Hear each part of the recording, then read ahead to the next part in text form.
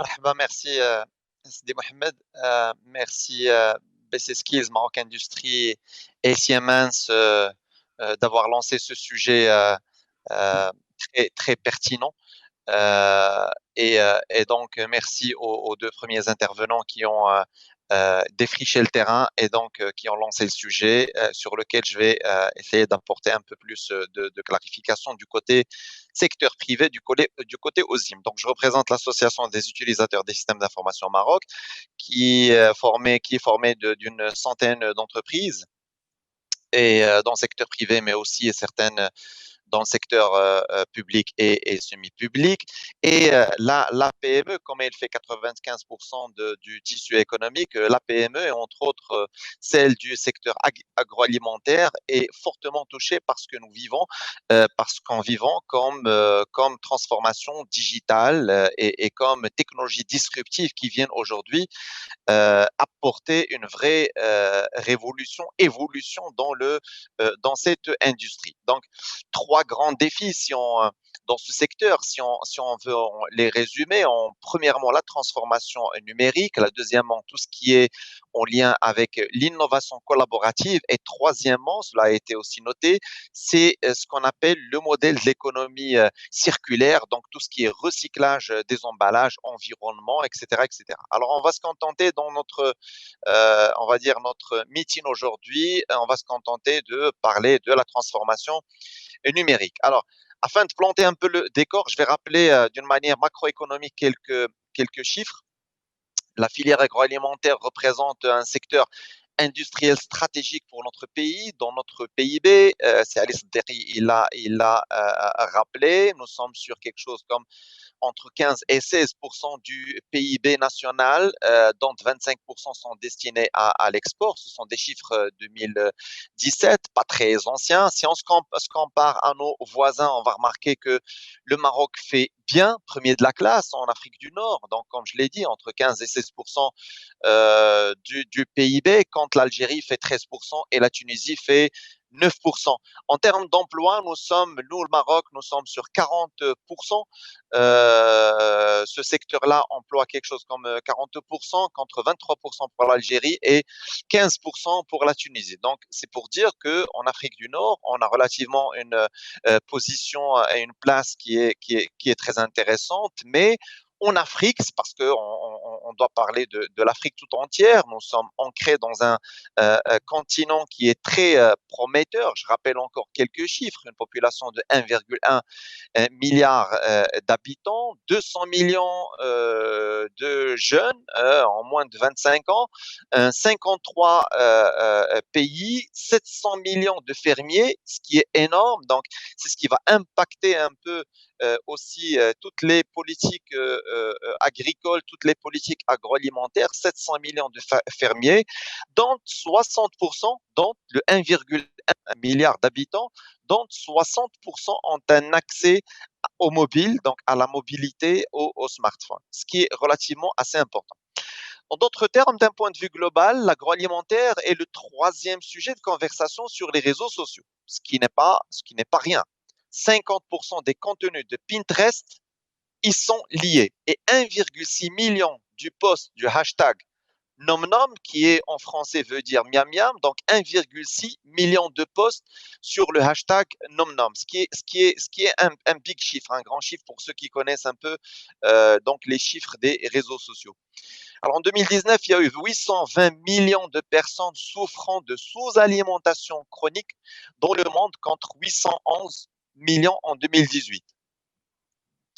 Alors, vous connaissez très bien un chiffre, je termine par ce chiffre-là, qui est l'empreinte écologique. Vous savez que la population mondiale consomme, en 2019 par exemple, nous avons consommé l'ensemble de la richesse que produit notre planète.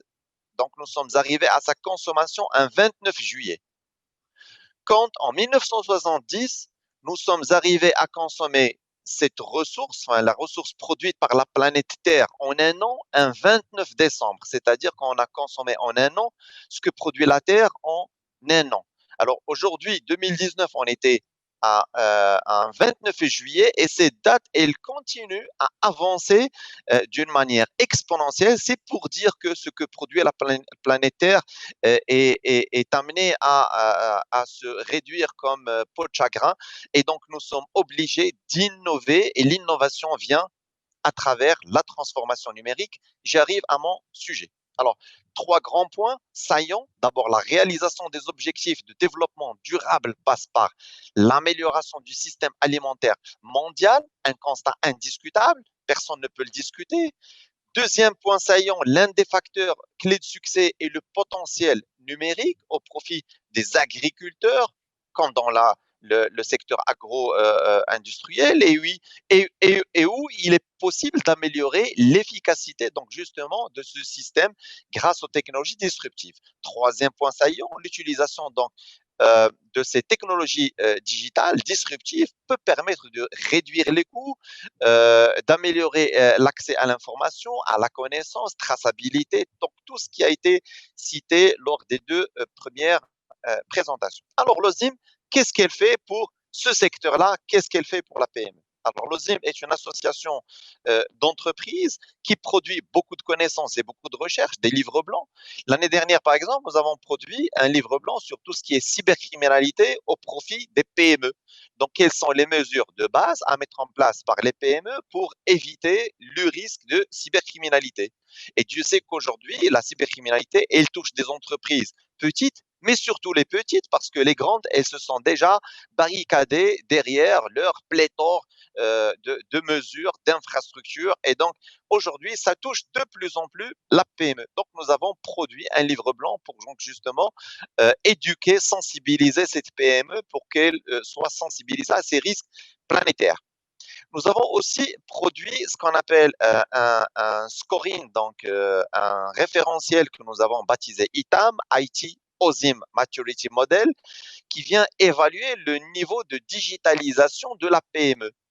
Donc, qu'elle soit dans le secteur agroalimentaire ou dans un autre secteur, c'est la même chose. Donc, nous avons établi ce référentiel et nous l'avons poussé vers la PME. Aujourd'hui, la PME peut se scorer par rapport à sa maturité et donc aussi profiter des offres des partenaires de l'OSIM. Et nous l'avons vécu lors de la phase de période confinement Covid où un certain nombre de partenaires sont venus offrir leurs services gracieusement leur SOC sécurité pour surveiller la sécurité IT de ces entreprises qui ont toutes adopté le télétravail et donc où la prolifération des risques cybercriminels a été multipliée par 5 durant la phase de confinement. Donc voilà quelques livres blancs, la loi 0908, etc., etc., un certain nombre de webinars et de rendez-vous de l'OSIM qui permettent de sensibiliser le management quant à l'utilisation du numérique. Et non des moindres, il y a un mois et demi de ça, 2 mois de ça, nous avons élaboré, nous, OSIM, avec l'APB, Maroc Numérique Cluster et MSEC, qui est l'association des startups, nous avons élaboré ce qu'on appelle le pacte du Maroc digital.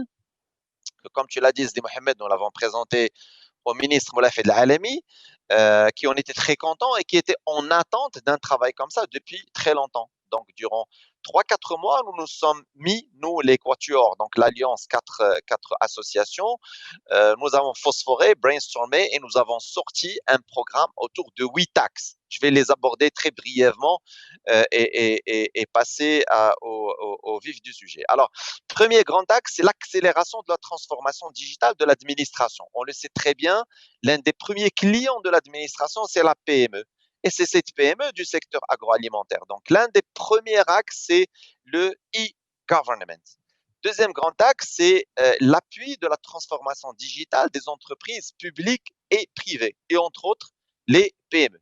Troisième axe, c'est l'accélération de l'émergence d'un écosystème start-up très fort parce que sans start-up, on ne peut pas avoir de technologie disruptive. Aujourd'hui, la blockchain ou l'impression 3D ou les technologies autour des IoT ou ce que vont présenter nos amis de Siemens, tout ça a été créé, développé, recherché dans des garages par des startups, des gens qui ne comptent pas leur temps et donc qui se donnent à fond dans la recherche et le développement. C'est le troisième axe.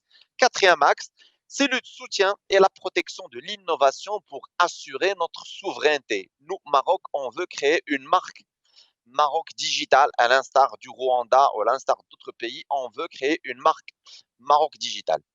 Cinquième axe, c'est développer le capital humain digital, Digital Mindset Society. Et donc, sans compétences, sans un système d'éducation et de formation adéquat, on ne peut pas construire un digital qui se respecte.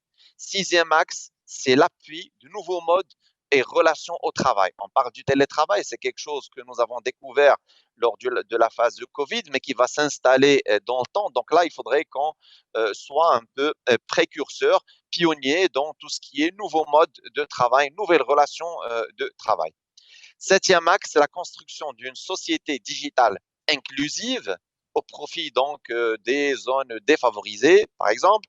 Huitième axe, c'est l'accélération de la confiance numérique. Donc, on sait très très bien que la PME, c'est la population d'entreprise la moins chaussée.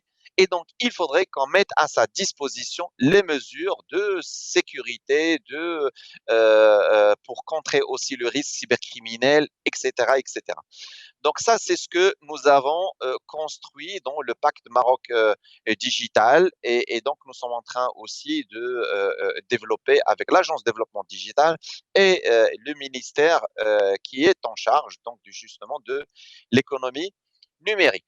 Alors je termine par deux grands use cases qui me tiennent à cœur et donc une recherche que j'avais faite sur comme nous sommes, donc comme je l'ai dit, dans un contexte africain, iCow, I comme I, cow comme vache, est un big projet qui a été lancé par Suzanne Kaambou. Donc, je lui fais déjà un petit spot publicitaire que nous avons invité lors des assises de l'OSIM 2021. Suzanne Kaambou a lancé iCow. Alors, c'est quoi iCow? iCow fournit aux agriculteurs des messages SMS sur la base de téléphones basiques, hein, les téléphones à 150, 200 dirhams.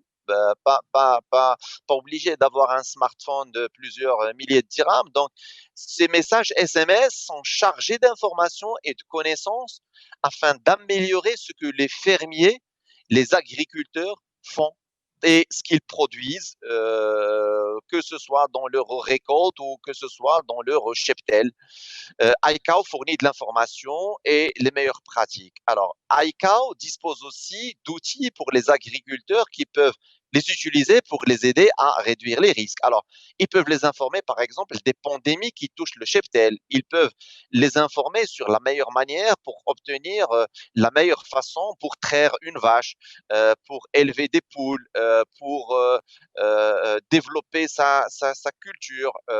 Ils peuvent aussi les informer sur les vaccins du cheptel qui sont aujourd'hui prêts et qu'ils peuvent aussi aller chercher chez les vétérinaires. Ils peuvent aussi les informer sur les vétérinaires qui sont proches de leur ferme ou alors de géolocaliser et de leur envoyer les adresses des vétérinaires. Donc, vous voyez, c'est des choses qui sont très basiques, qui sont extrêmement importantes pour cette population-là. Et donc, aujourd'hui, iCow est présente dans trois grands pays, l'Éthiopie, la Tanzanie et le Kenya. Et donc, croyez-moi, Suzanne Kaambou a été invitée dans les plus grands, on va dire, plus grandes tribunes internationales pour parler de cette expérience. J'ai bien envie que des startups prennent en charge ce genre de projet-là. Nous, l'OSIM, nous sommes prêts à les supporter, à les assister, à les aider pour donc justement lancer ce genre de choses au Maroc. Donc, c'était le premier use case. Deuxième use case, je ne peux pas m'empêcher de ne pas parler de l'OCP, une big entreprise aujourd'hui qui est à la pointe de la technologie. Ce qui est intéressant, ce n'est pas ce qu'a fait l'OCP en termes de digitalisation, on le sait, sa joint venture avec IBM, la Digital Factory, l'Université Mohamed VI Polytechnique, la 1337 Akhribga. Donc, aujourd'hui, la digitalisation de l'OCP est un cas, on va dire, mondial. Alors, mieux que ça, on va dire la transformation de l'OCP que de se muer d'un vendeur de roches brutes à un vendeur ou à un fabricant de fertilisants est un cas aussi très important. Mais ce qui choque positivement, c'est, on va dire, ce passage d'un B2B de l'OCP à un B2C, d'aller vers le consommateur, de se préoccuper de la on va dire, de la récolte et de l'activité du consommateur, en fait, de l'agriculteur, et de lui proposer le produit qui marche avec son, on va dire, son style donc de gestion de sa récolte ou alors le type de terre ou le type de climat dans lequel baigne on va dire l'activité de l'agriculteur. Et donc, mieux que ça, c'est aussi pousser cet agriculteur et ce fermier à épouser un nouveau mode de travail basé sur le digital, en partageant les données, en partageant la data pour en faire un meilleur usage, pour capitaliser dessus et créer de l'analyse prédictive, à la modéliser, à modéliser ces données et à fournir donc à cet agriculteur qui dans le temps utilisait un certain mode de travail peut-être archaïque ou alors pas au fait des dernières technologies, mais de le pousser donc justement à embrasser les technologies disruptives. Aujourd'hui, on voit un peu partout dans le monde des chartes de data de l'agriculteur à utiliser, donc fleurir dans le monde. C'est quelque chose d'extrêmement important. Et donc là, il faudrait que nous aussi, nous au Maroc, mais aussi en Afrique, qu'on pousse vers ce genre de choses. En tout cas, l'OSIM est mobilisé pour pousser ce genre de projet disruptif, que ce soit avec l'ADD, avec le ministère ou avec toute autre, on va dire, institution ou tout autre partenaire de la société civile. Donc voilà, pour ne pas paraître long, je reste à ta disposition, Sidi Mohamed, pour enrichir la communauté et apporter plus de clarification.